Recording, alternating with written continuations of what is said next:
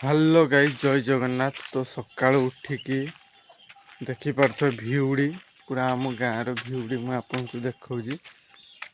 ତ ଦେଖନ୍ତୁ ଗାଇସ୍, ଇଏ ହେଲା ଆମ ଗାଁର ଭିଉ, ଏଇଟା ହେଲା ଆମ ଦୋକାନ। ତ ଏଇଟା ଦଦା ଜଣେ ବସିଛେ।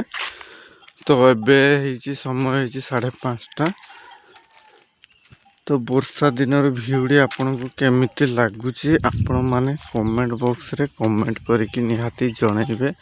ଯଦି ଆମର ଏଇ ଭ୍ଲଗ୍ସ ଭିଡ଼ିଓଟି ଭଲ ଲାଗୁଥିବ ତ ଲାଇକ୍ ସବସ୍କ୍ରାଇବ୍ କରିବାକୁ ଭୁଲିବେନି। ଇଏ ହେଲା ଆମ ସଞ୍ଜୟ ନନା, ହାଇଟା କରିଦେବୁ। ତ ସଞ୍ଜୟ ନନା ଏବେ ବାହାରି ପଡ଼ିଲା। ଗାଇସ୍ ଦେଖିପାରୁଥିବେ, ଏଇଟା ହେଲା ଆମ ଗାଁରେ ଯେତେ ସବୁ ପିଲା, କିଏ ପେଟ୍ରୋଲ ପମ୍ପରେ କାମ କରିବ, ନହେଲେ କିଏ ଡ୍ରାଇଭର ସାଙ୍ଗମାନେ। ତ ଯିଏ ବି ଘରକୁ ଆଇଲା ଗାଡ଼ି ଧରିକି ଆସିବ ହନୁମାନ ଫିଲ୍ଡରେ। ଏଇଟା ହେଲା ହନୁମାନ ଫିଲ୍ଡ। ଏଇଟା କ'ଣ ନା ଠିଆ କରିବ ହେଲା, ସେ ସାମ୍ନାରେ ଦେଖାଯାଉଥିବ ମନ୍ଦିରଟି ଗାଇସ୍। ତ ଦେଖିପାରୁଥିବେ ଆପଣମାନେ ଭିଉଡ଼ି। ତ ଗାଇସ୍, ଇଏ ହେଲା ଏମିତି ହେଇଛି ଆମ ଗାଁ। ଏଇଟା ହେଲା ଆମ ଘର ହେଲା ଉପର ସାଇଡ଼ରେ। ତ ଗାଇସ୍, ତ ଏଇଟା ଦେଖିପାରୁଥିବେ ହତାଡ଼ା, ଯେଉଁଟାକି ଆମ ଗାଁ ମୁଣ୍ଡରେ ଗୋଟେ ନଳକୂପ ବି ଅଛି।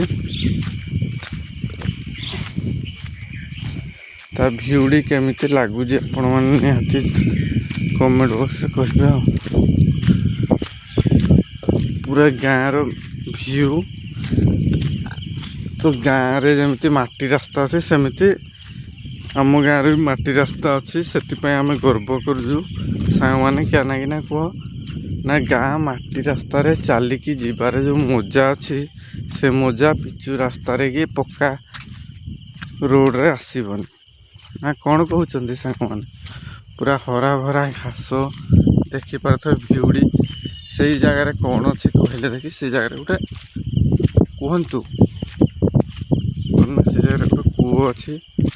ଦେଖିପାରୁଥିବେ ପୁରା ଭିଉଡ଼ି।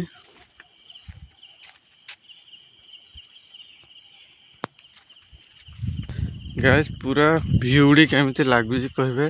ଇନିଆ ଆମେ ଯିବା ଆଜି କେଉଁଠି କହିଲେ ଦେଖି? ଆମ କିଆର ପାଖକୁ ଟିକେ ଯିବା।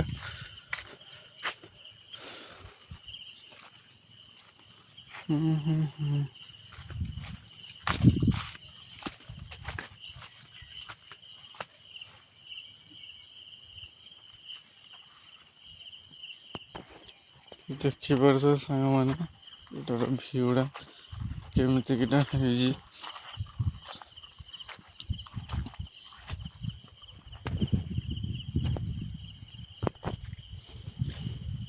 ଗାଇସ୍, ଦେଖିପାରୁଥିବେ ପୁରା ଭିଉଡ଼ି ହେଲା।